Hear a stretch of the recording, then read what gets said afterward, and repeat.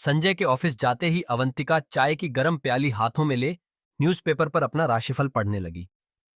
उसके बाद उसने वह पृष्ठ खोल लिया जिसमें ज्योतिष शास्त्रियों, रत्नों और उनसे जुड़े कई तरह के विज्ञापन होते हैं। यह अवंतिका का रोज का काम था। पति संजय के जाते ही वह न्यूज़पेपर और टीवी पर बस ज्योतिष शास्त्रियों और रत्नों से जुड़ी खबरें ही पढ़ती व देखती, और फिर उसमें सुझाई गई विधि या रत्नों को पहनने, घर के बाकी सदस्यों को पहनाने और ज्योतिषों के द्वारा बताए गए नियमों पर अमल करने और सभी से करवाने में जी जान लगा देती। अवंतिका का इस प्रकार व्यवहार करना स्वाभाविक था, क्योंकि उसकी परवरिश एक ऐसे परिवार में हुई थी जहां अंधविश्वास और ग्रह नक्षत्रों का जाल कुछ इस तरह से बिछा हुआ था कि घर का हर सदस्य केवल अपने जीवन में घटित हो रहे हर घटना को ग्रह नक्षत्रों एवं ज्योतिष से जोड़कर ही देखता था। यही वजह थी कि अवंतिका पढ़ी लिखी होने के बावजूद ग्रह नक्षत्रों एवं रत्नों को बेहद महत्व देती थी और अपना कोई भी कार्य ज्योतिष से शुभाशुभ पूछे बगैर नहीं करती थी। संजय और अवंतिका की शादी को करीब 20 साल हो गए थे, लेकिन आज भी अवंतिका को यही लगता था कि उसका पति संजय घर की ओर ध्यान नहीं देता है, उसकी बात नहीं सुनता है। बेटी अनुकृति जो BR 12वीं क्लास में है मनमानी करती है, और बेटा अनुज जो 10वीं क्लास का छात्र है बेहद उद्दंड होता जा रहा है। अवंतिका के ज्योतिषियों के चक्कर और पूरे परिवार पर कंट्रोल की चाह की वजह से पूरा घर बिखरता जा रहा था, परंतु ये सारी बातें उसकी समझ से परे थीं और उसे अपने सिवा सभी में दोष दिखाई देता था। अवंतिका जरूरत से ज्यादा भाग्यवादी तो थी ही साथ वह अंधविश्वासी भी थी। वह ग्रह नक्षत्रों के कुप्रभावों से बचने के लिए ज्योतिष शास्त्रियों व उनके द्वारा सुझाए गए तरह तरह के रत्नों पर अत्यधिक विश्वास रखती थी। यह कहना गलत न होगा कि अवंतिका की सोच करेला ऊपर से नीम चढ़ा जैसी थी। अभी अवंतिका राशिफल पढ़ ही रही थी कि उसकी बेटी अनुकृति उसके करीब आकर बोली, मम्मी, मुझे फिजिक्स और केमिस्ट्री विषय बहुत हार्ड लग रहे हैं, मुझे इनके लिए ट्यूशन पढ़नी है। यह सुनते ही अवंतिका बोली, अरे, तुम्हें कहीं ट्यूशन जाने की जरूरत नहीं। ये देखो, आज के पेपर में एड आया है सर्व समस्या निवारण केंद्र का। यहाँ ज्योतिषाचार्य स्वामी परमानंद जी सभी की समस्याओं का निवारण करते हैं। देख, इस पर लिखा है कि कैसी भी हो समस्या निराकरण करेंगे ज्योतिषाचार्य स्वामी परमानंद नित्या। मम्मी, लेकिन मुझे फिजिक्स और केमिस्ट्री में प्रॉब्लम है, इसमें ये ज्योतिषाचार्य क्या करेंगे? अनुकृति चिढ़ती हुई बोली। तभी अवंतिका न्यूज़पेपर में से वह पेज जिस पर विज्ञापन छपा था अलग करती हुई बोली, ज्योतिषाचार्य जी ही तो हैं जो तुम्हारी सारी प्रॉब्लम्स दूर करेंगे। आचार्य जी तुम्हें बताएंगे कि पढ़ाई में ध्यान कैसे लगाना चाहिए, या फिर कोई रत्न बताएंगे जिससे तुम 12वीं कक्षा अच्छे नंबरों से पास हो जाओगी। चलो जल्दी से तैयार हो जाओ, हम आज ही स्वामी जी से चलकर मिलते हैं। यह सुनते ही अनुकृति पैर पटकती हुई बोली, मम्मी, अभी मुझे स्कूल जाना है। आज मेरी फिजिक्स और केमिस्ट्री का एक्स्ट्रा क्लास है। मैं किसी आचार्य या बाबा बाबा के पास नहीं जाऊंगी। आपको जाना है तो आप जाओ, कहकर अनुकृति वहां से चली गई और अवंतिका वहीं खड़ी बड़बड़ाती रही। थोड़ी देर में अनुकृति और अनुज स्कूल के लिए तैयार हो गए, लेकिन अवंतिका विज्ञापन पर दिए आचार्य जी का फोन नंबर मिलाने में ही लगी रही, क्योंकि हर बार वह नंबर व्यस्त ही बता रहा था। तभी अवंतिका के पास अनुज आकर बोला, मम्मी, टिफिन बॉक्स दे दो, हम लेट हो रहे हैं। अनुज से टिफिन बॉक्स सुनकर अवंतिका को ख्याल आया कि उसने टिफिन तो बनाया ही नहीं है। वह हड़बड़ाती हुई अलमीरा से रुपए निकाल दोनों को देती हुई बोली, टिफिन तो बना नहीं है तुम दोनों, ये रुपए रख लो, वहीं स्कूल अतानी कैंटीन में कुछ खा लेना। अवंतिका का इतना कहना था कि अनुकृति मुंह बनाती हुई बोली, यह क्या है मम्मी, आप रोज रोज ये राशिफल और ज्योतिष शास्त्रियों के बारे में पढ़ने के चक्कर में हमारा टिफिन ही नहीं बनाती हो और हमें कैंटीन में खाना पड़ता है।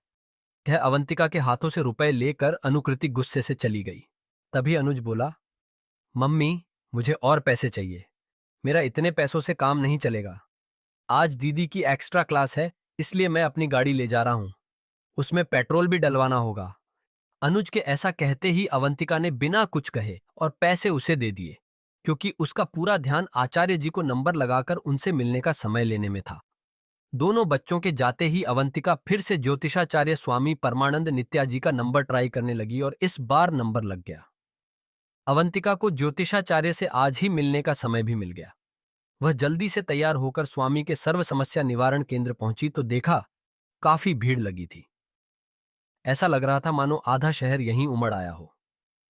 जब अवंतिका ज्योतिषाचार्य के शिष्य के पास यह जानने के लिए पहुंची कि उसका नंबर कब तक आ जाएगा, तो वह बड़ी विनम्रतापूर्वक लबों पर लोलुपता व चाटुकारिता के भावों संग मुस्कुराते हुए बोला, बहन जी, अभी तो 10वां नंबर चल रहा है। आपका 51वां नंबर है। आपका नंबर आते आते तो शाम हो जाएगी। आप आराम से प्रतीक्षालय में बैठिए। वहां सब कुछ उपलब्ध है। चाय, कॉफी, नाश्ता, भोजन सभी की व्यवस्था है। बस आप टोकन काउंटर पर जाइए और आपको जो चाहिए उसका बिल काउंटर पर भर दीजिए, आपको मिल जाएगा। यह सुनने के बाद भी अवंतिका वहीं खड़ी रही। उसके माथे पर खिंचते बल को देखकर आचार्य जी के शिष्य को यह अनुमान लगाने में जरा भी वक्त नहीं लगा कि अवंतिका आचार्य जी से शीघ्र मिलना चाहती है।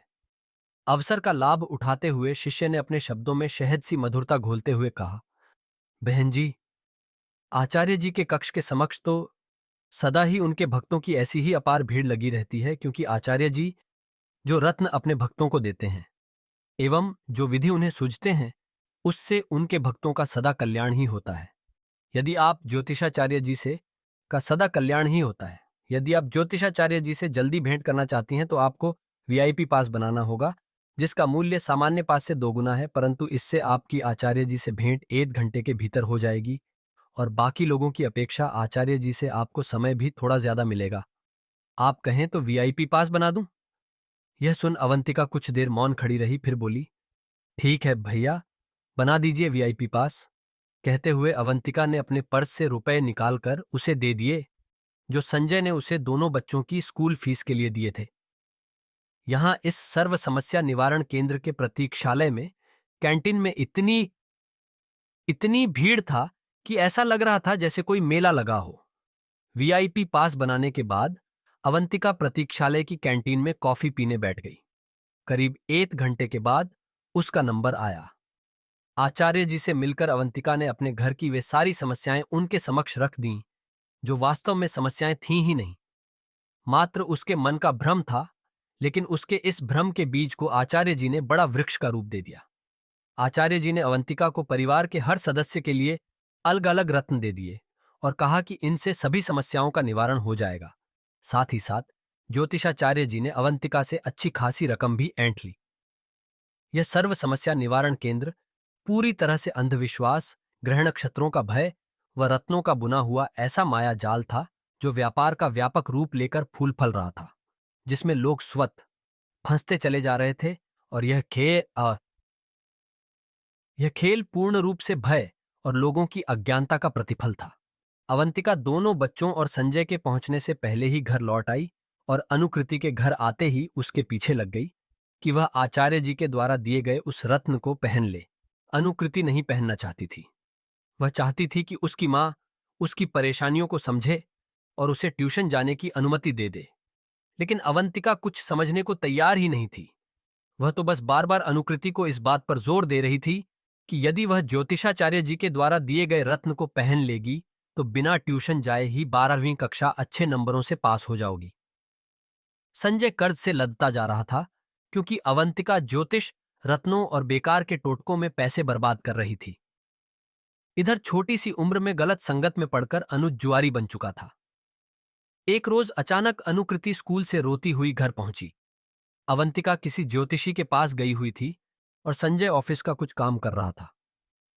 अनुकृति को इस प्रकार रोता देख संजय ने उससे रोने का कारण पूछा। अनुकृति रोती हुई बोली, पापा, पिछले 4 महीनों से मेरी और अनुज स्कूल फीस जमा नहीं हुई है। मैम ने कहा है कि यदि समय से फीस जमा नहीं हुई तो एग्जाम में अपीयर नहीं होने देगी।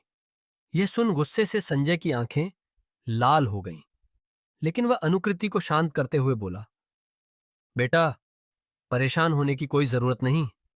मैं 1-2 दिन में फीस की व्यवस्था करता हूं। तुम बस अपनी पढ़ाई पर ध्यान दो।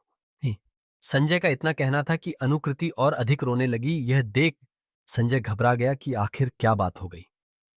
तभी अनुकृति दोबारा सिसकती हुई बोली, पापा, 1 महीने के बाद मेरा फाइनल एग्जाम है और मुझे फिजिक्स, केमिस्ट्री बिल्कुल समझ नहीं आ रहे।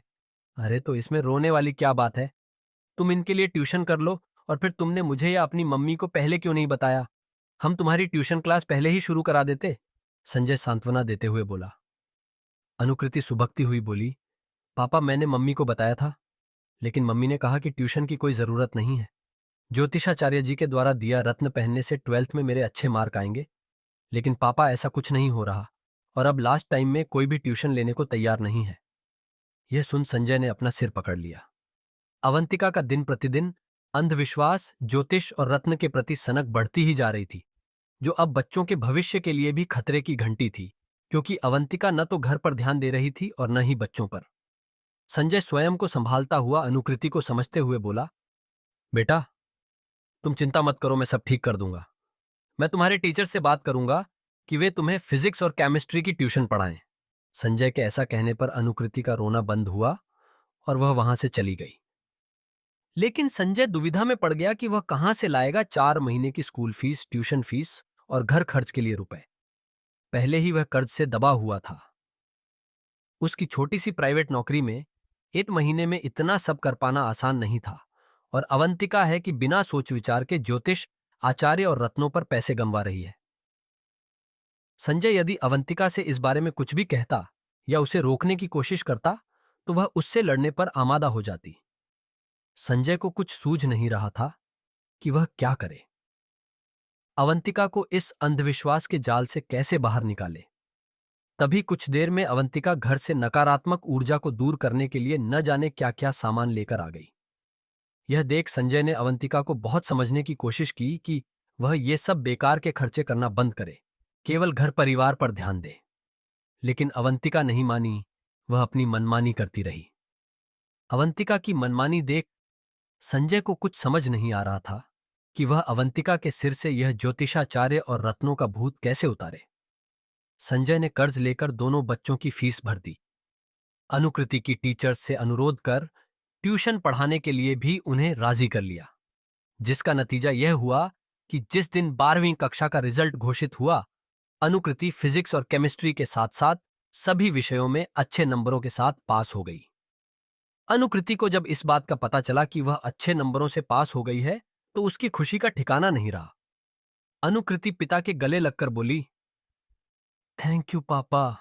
ये देख, अवंतिका थोड़ी नाराजगी जताती हुई बोली, अरे वाह, आचार्य जी के पास मैं गई, घंटों लाइन में मैं खड़ी रही, और तुम अपने पापा के गले लगकर थैंक यू बोल रही हो।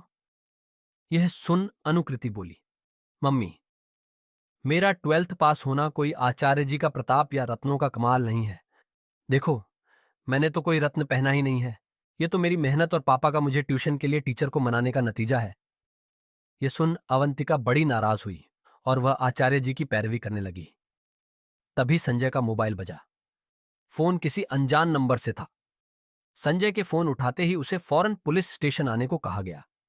यह सुन संजय भागता हुआ पुलिस स्टेशन पहुंचा तो उसे पता चला कि पुलिस ने अनुज को जुआ खेलने के अपराध में गिरफ्तार कर लिया है। इधर संजय पुलिस स्टेशन में अनुज को छुड़वाने के प्रयास में लगा हुआ था, और उधर जब अवंतिका को इस बात का पता चला कि पुलिस ने अनुज को जुआ खेलने के जुर्म में जेल में बंद कर दिया है, तो वह रोती हुई भागकर समस्या निवारण केंद्र ज्योतिषाचार्य जी के पास अपनी समस्या के निवारण के लिए जा पहुंची। लेकिन आचार्य जी ने अवंतिका से बिना चढ़ावा चढ़ाए मिलने से इनकार कर दिया। तब जाकर आज अवंतिका को यह स्पष्ट हो पाया कि आचार्य जी के लिए उसकी समस्या या उससे कोई लेना देना नहीं है।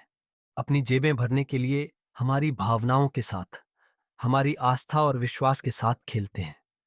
मैं आपसे वादा करती हूं कि अब मैं कभी किसी ज्योतिषी, आचार्य या रत्नों के चक्कर में नहीं पड़ूंगी। केवल अपने घर परिवार और बच्चों पर ध्यान दूंगी। अवंतिका से ये सब सुन संजय ने हंसते हुए अवंतिका को गले से लगा लिया और फिर बोला, जब जागो तभी सवेरा। दोस्तों, ये कहानी पूरी तरह से काल्पनिक है। ये कहानी सिर्फ आपके मनोरंजन के लिए बनाई गई है।